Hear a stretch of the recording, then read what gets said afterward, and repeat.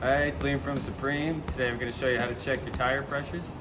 So here on your tire, around the edge of the rim, you'll see a valve stem.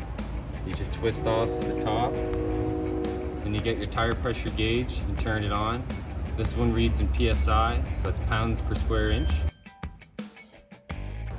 So on the inside of your driver's door, you'll see a sticker here. It'll tell you your factory tire size and also the tire pressure you should have in the front and rear tires, and also your spare tire. The car should be set at 35. This one's at 33.5, so it's a little low. So then you grab some air, just push in on the valve stem,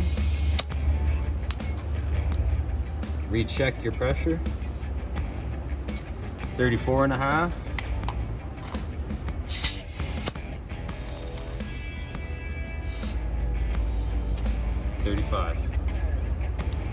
So then once you get your tire pressure set, you can put your cap back on and you're good to go. Thanks for tuning in to Supreme Tire and Auto's channel. Make sure to like, comment, subscribe for more Supreme content. And remember, if you can't come to us, we'll come to you. We'll pick up your vehicle, service it, drop it off. Check the link in the description for an appointment. We'll see you guys next time.